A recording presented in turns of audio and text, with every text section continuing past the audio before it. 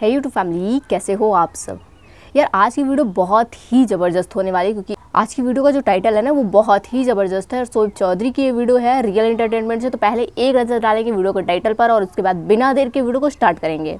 India will attack Pakistan says पाक defence minister.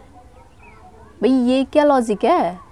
India Pakistan पर कब अटैक करता है भाई? क्या इंडिया को यही काम रह गया है, अटैक करना और कराना? बस यही काम इंडिया को रह गया है। भिखारिस्तान पे इंडिया क्यों अटैक करेगा?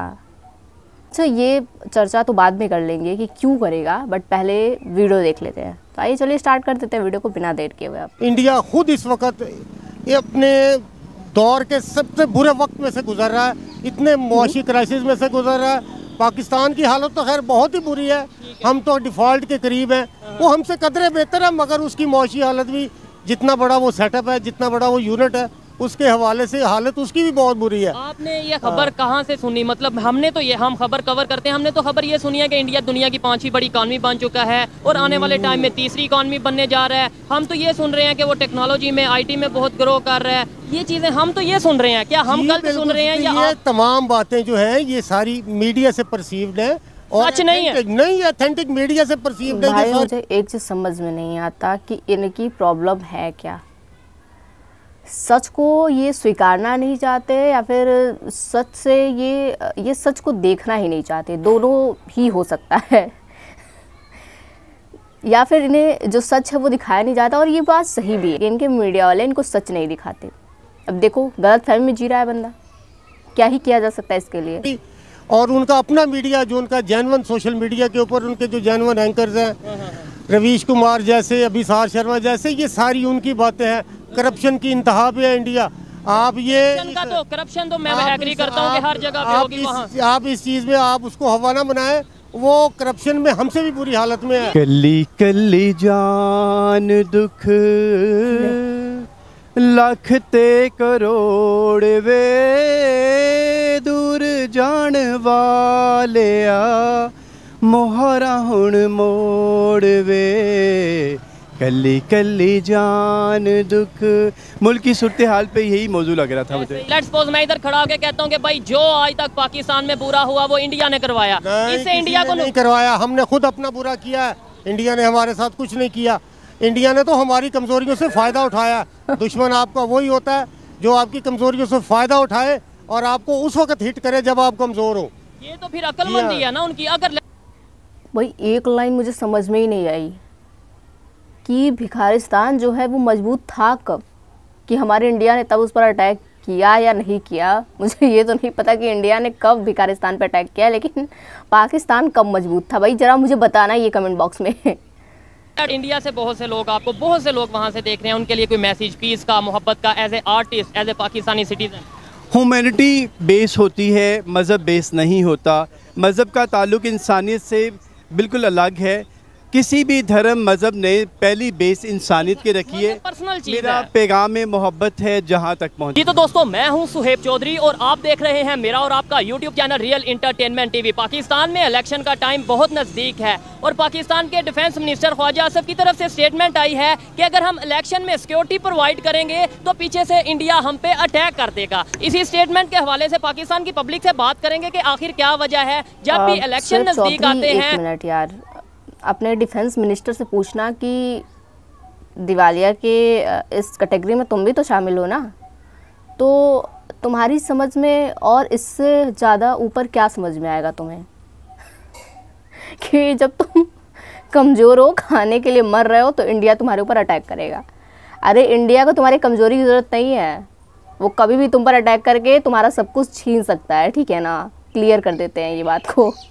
तो हमारे पॉलिटिशियन हो या हमारी मीडिया हो, इंडिया को लाइमलाइट में ले आते हैं। हम हर चीज़ का इल्ज़ाम उन पे लगाते हैं, इंडिया के नाम पर वोट लेते हैं। 75 सालों से हमारी ये सोच क्यों नहीं बदल सकी? और क्या आने वाले टाइम पे हम टेक्नोलॉजी के नाम पे, एजुकेशन के नाम पे, हेल्थ के नाम पे, अवेयरनेस के नाम पे वोट लेंगे, या फिर ये ऐसे ही चलता रहेगा? कभी इंडिया पे इल्ज़ाम, कभी अमेरिका पे इल्ज़ाम, कभी इसराइल पे इल्ज़ाम, तो कभी रशिया पे इल्ज़ाम। इस हवाले से पाकिस्तानी पब्लिक क्या राय रखती है?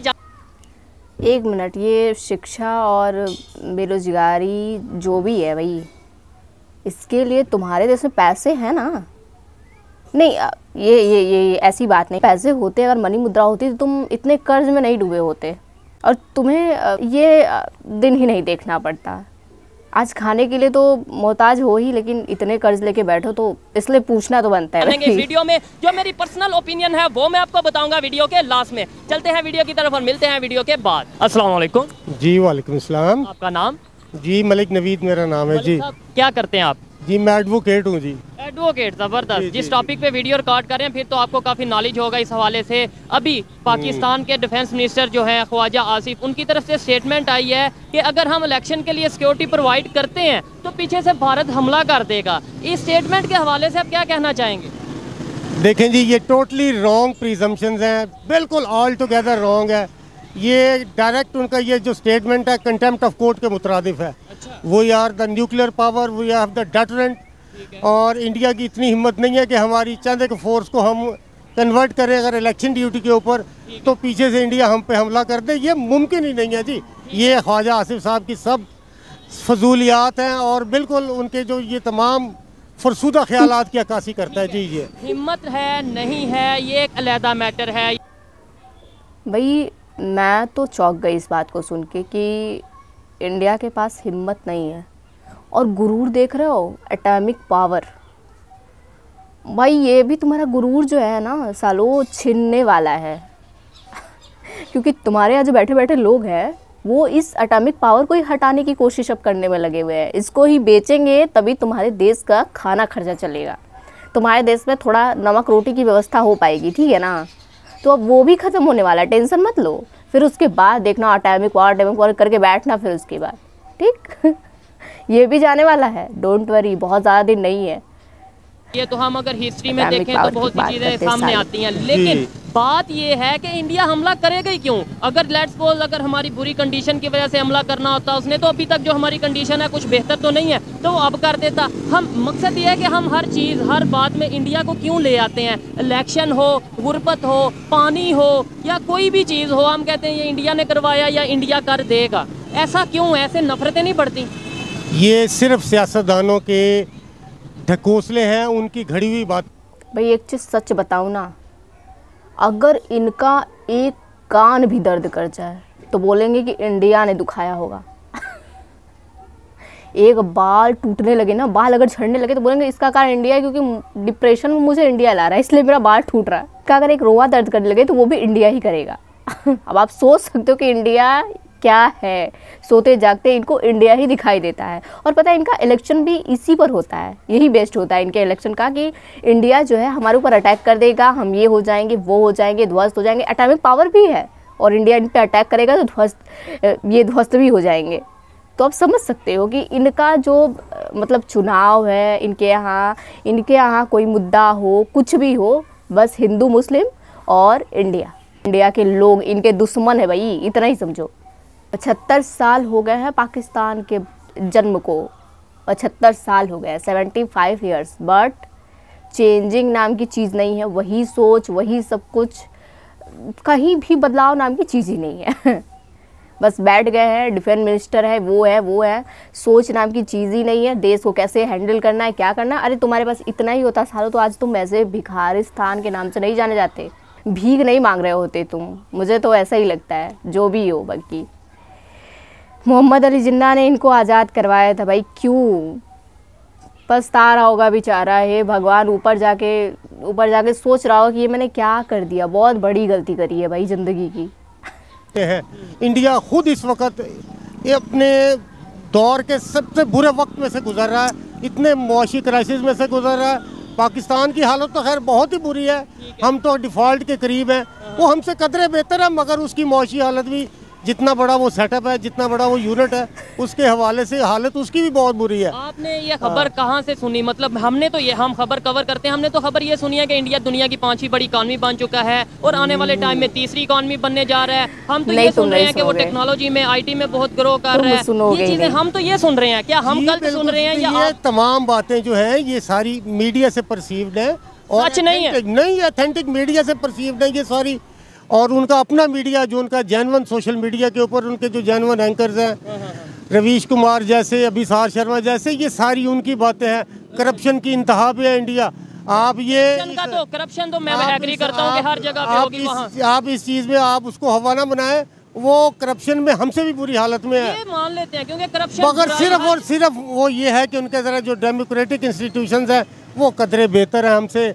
हमारे डेमोक्रेटिक इंस्टीट्यूट आप देख ले कि हमारे सबसे बड़े इदारे सुप्रीम कोर्ट के हुक्म के बावजूद भी इनके लेम एक्सक्यूजेस सामने आ रहे हैं। अटैक कर देगा ये अटैक कर देगा, टोटल गलत है जी। हालत भी बहुत बुरी है। ठीक है, आपकी अपनी ओपिनियन है, मेरी अपनी ओपिनियन है, हक है अपनी ओपिनियन देने का। मे बी आप ठीक हो, लेकिन जो इंटरनेशनल मीडिया कह रहा है, और सेकेंडली उनके जो रिलेशन है रशिया के साथ, अभी आज खबर आई है कि चाइना को काट के यूएस पहले नंबर पे उनका ट्रेड पार्टनर बन चुका है। मतलब बड़े बड़े कंट्री, यूएस हो, चाइना हो, रशिया हो, उनके साथ ट्रेड कर रहे हैं। इस्लामिक कंट्री उनके साथ ट्रेड कर रहे हैं। हमारे रिलेशन इंटरनेशनल लेवल पे और इंडिया के रिलेशन आप कहाँ पे देखते हैं? ये बात देखें ना, वो अपनी करप्शन में भी अपने मुल्क की मफाद को पहले रखते हैं। हम करप्शन भी करते हैं और अपने मुल्क की मफाद। एक लाइन भाई, एक लाइन, हमारी कंट्री ट्रेड कर रही है, लेकिन तुम्हारे देश से क्या हो रहा है? सभी भाई जितने लोग थे, जितने लोग की बात नहीं करूँगी मैं बस एक ही देश की बात करूँगी, चाइना। चाइना तो तुम्हें छोड़ के भाग गया यार। अब क्या करोगे सालों, तुम लोग कहाँ जाओगे? चाइना तो धीरे धीरे अपना बोरिया बिस्तर समेट के भाग रहा है भाई। उसको इतना, मैं बता रही हूँ एक चीज़, उसको इतना खौफ हो गया है इनसे कि ये उनके लोगों की सुरक्षा कर ही नहीं पाएंगे। तो ये तक कहना कि जो अपनी सुरक्षा नहीं कर सकता वो मेरे लोगों की सुरक्षा क्या करेगा? छोड़ के भगे भाई। चाइना इनका फेवरेट फ्रेंड, इनको छोड़ के भाग गया जब, तो बाकी लोगों की बात ही क्या करना है? बाकी लोगों तो छोड़ ही दो भाई। हमारे देश की तुम अपने देश से तुलना मत करो, ठीक है ना? हम कहाँ हैं और तुम कहाँ हो, ठीक?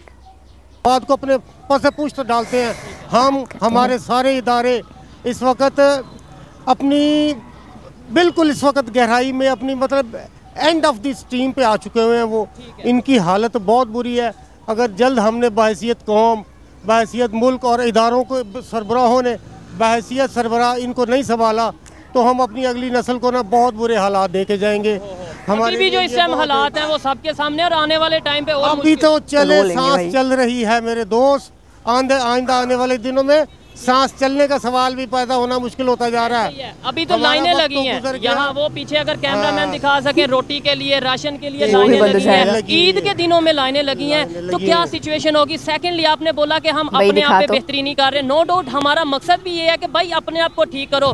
कभी इंडिया पे, कभी इसराइल पे, कभी चाइना पे, कभी कहीं पे इल्जाम लगाने से कुछ नहीं होगा, कुछ हासिल नहीं है। बिल्कुल जो इन्होंने स्टेटमेंट दी है इसका कोई फायदा है? सबसे पहले अपने गिरेबान में झांकना चाहिए हमें सबसे पहले अपने आप को, जो इंसान सबसे पहले अपने आप को दुरुस्त करता है उसके बाद वो किसी दूसरे की बात कर सकता है जी। जबरदस्त। हमें पहले अपने घर को ठीक करना है, घर को ठीक करना है जी। 75 साल से ये होता आ रहा है कि जब भी कोई इलेक्शन होता है या जब भी कोई चीज़ होती है, हम इंडिया के नाम पे एक तो पब्लिक का माइंड बनाते हैं कि इंडिया अटैक कर देगा, इंडिया ने ये कर दिया। इंडिया के नाम पे क्यों नफरत फैलाई जाती है या नहीं? इसे एग्री करते हैं? बिल्कुल एग्री करता हूँ।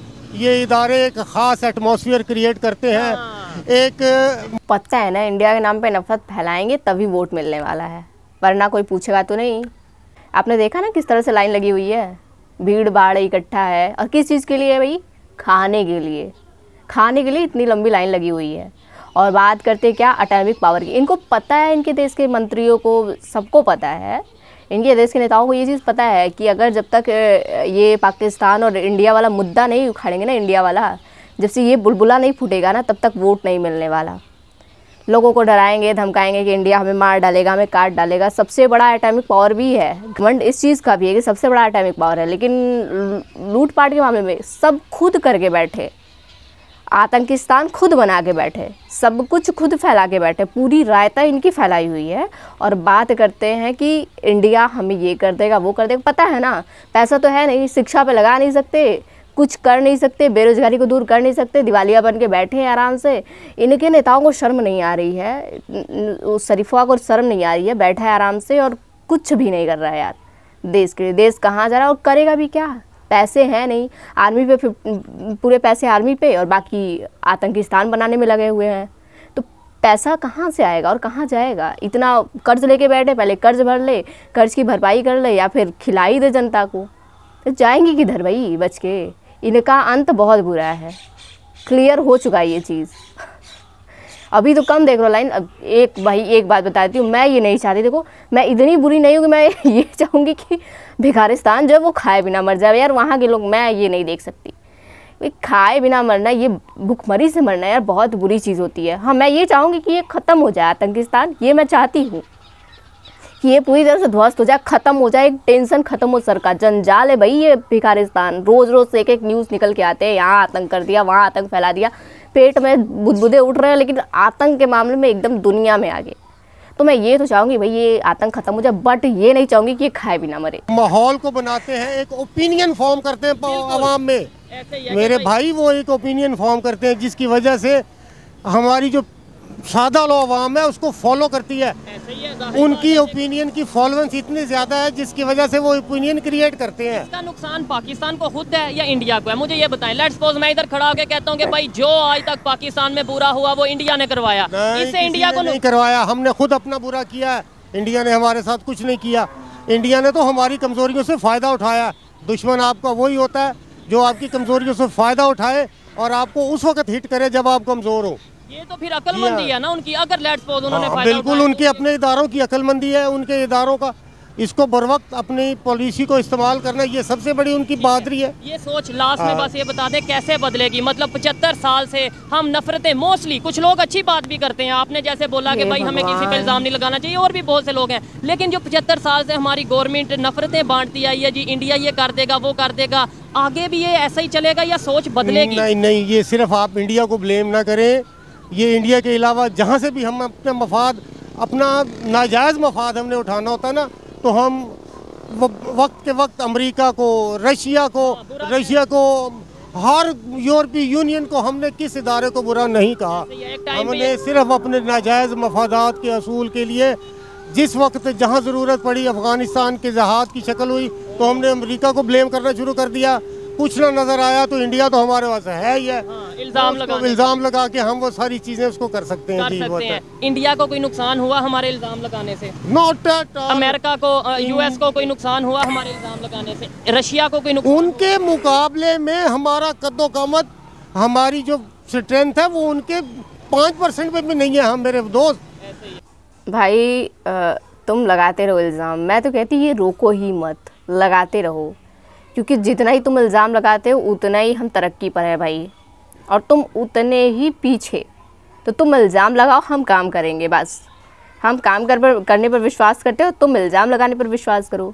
तुम अपने देश को आतंकिस्तान बनाओ, डेवलप होगा हमारा देश, और तुम बैठ के आतंकवादियों से अपना दुख जो है ना आज का वो बांटते रहना, ठीक? ये मेरी विशेष है तुमसे, बस।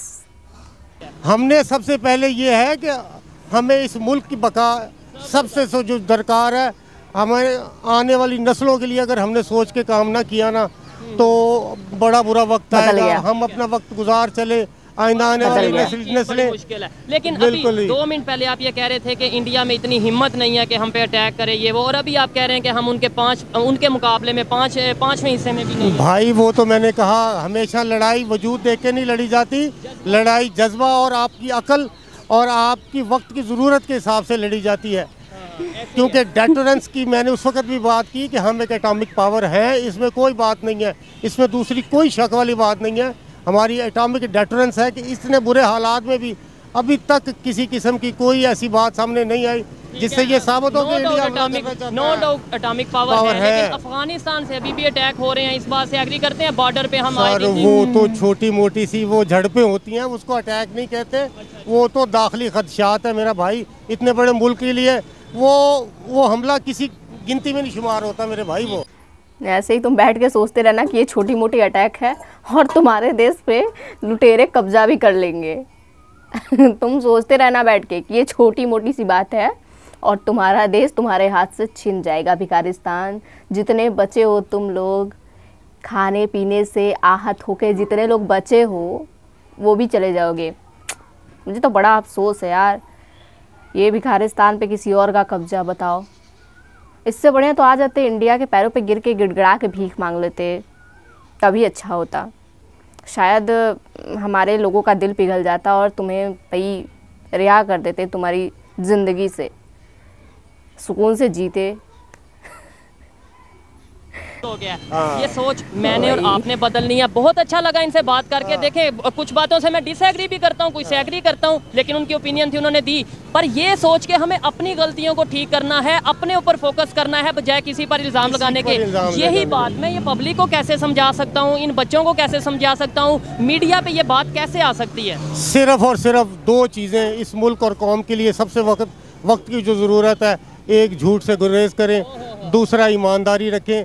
खुद ब खुद तमाम इन इदारों में से जो अफराद गए वो हम ही में से गए हैं, क्योंकि हम बेईमान थे, हम बेईमानों में से ये बेईमान आगे गए हैं। हम कह देते हैं जी वो गवर्नमेंट गलत है, हम कहते हैं एस्टैब्लिशमेंट गलत है। वो भी हमारे बहन भाई है, हम में से गए हुए हैं, हमारे जैसे इदारों में से पढ़ के आगे गए हुए हैं, जिसकी वजह भाई हम में से गए हुए। तो लिहाजा मैं खुद करप्ट हूँ, जिसकी वजह से मैं किसी को कैसे ब्लेम कर सकता हूँ? इतनी जल्दी तो गिरगिट भी रंग नहीं बदलता।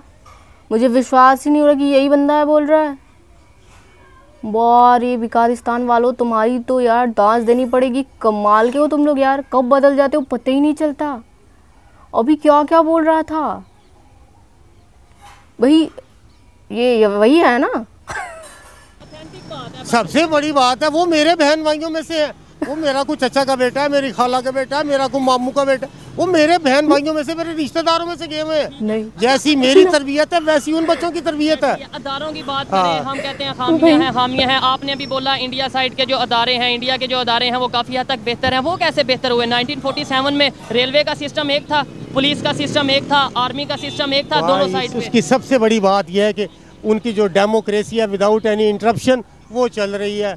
जैसा भी है, हर 4 साल 5 साल बाद उनको अपने नुमाइंदे मुंतखब करने का जो जेन्युइन मौका है वो मिलता है जी। वो अपना टाइम भी फिर अपना टाइम भी वो पूरा करते हैं, जिसकी वजह से ये सारे मामलात हैं। जो डेमोक्रेटिक सेटअप है वो एक वक्त में ना आहिस्ता आहिस्ता आहिस्ता वो एक बेहतरीन लीडरशिप आपको फराहम करता है। की तरफ जा रहे हैं आने वाले टाइम में। थैंक यू वेरी मच जी, अच्छा लगा आपसे बात करके। देखिए आपने ना पूरी वीडियो। अब मैं तो एक ही बात कहना चाहूँगी कि कपिल शर्मा के शो में जितना मज़ा आपको नहीं आने वाला ना, उतना इनके शो में आपको मज़ा आएगा। मैं इतना भी बता दे रही हूँ पूरी गारंटी के साथ, क्योंकि भाई इनके लोगों में जो है वो जानवर वाली भी पावर है, एटॉमिक पावर भी है, सब कुछ वाली पावर है इनके में। और ये मैं इसलिए बोल रही हूँ क्योंकि बंदा कब, वहाँ के लोग कब बदल जाएँ, कब पलट जाए अपनी बातों से, कोई भरोसा नहीं है।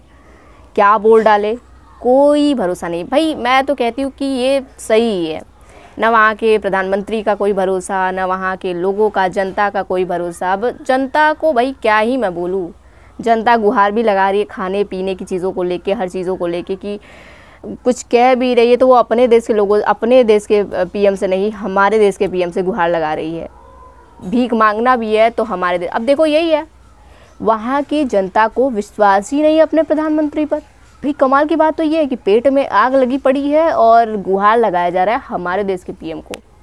ये देखो भाई, जहाँ ये सब हो रहा है, अगर हम बोलेंगे भी तो वही ना बोलेंगे कि दूसरे देश को जाके बोलेंगे कि नहीं हमें बचा लो, प्लीज़ हमारी रक्षा करो, हम जाने वाले हैं, अब ऊपर जाने वाले हैं, अल्लाह का वास्ता हमें बचा लो। ये तो हम अपने देश के लोगों को बोलेंगे ना, जिनको हमने वोट दिया है, जिनको हमने चुना है। कि हम जाएंगे किसी और प्रधानमंत्री, राष्ट्रपति को बोलने के लिए कि नहीं हमें बचा लो, हमारी रक्षा करो, हमारे प्राण संकट में है, महोदय बचा लो हमें। मतलब प्रधानमंत्री भी ऐसा है जिसका कोई कद्र ही नहीं, बात की कोई वैल्यू नहीं, किसी का कोई कद्र नहीं भाई। पूरा भिखारिस्तान एकदम से जिसको बोलते हैं ना, वो क्या बोलते हैं, गिरगिट है, बस वही। तो कैसी लगी आपको ये वीडियो, कमेंट बॉक्स में कमेंट जरूर करिएगा। और एक चीज़ और, अगर आप चाहते हो कि मैं किसी वीडियो पर रिएक्शन दूँ तो उसका लिंक कमेंट बॉक्स में कमेंट करना, लिंक। सो मिलते हैं नेक्स्ट वीडियो में, तब तक के लिए thank you so much video को फुल वॉच करने के लिए।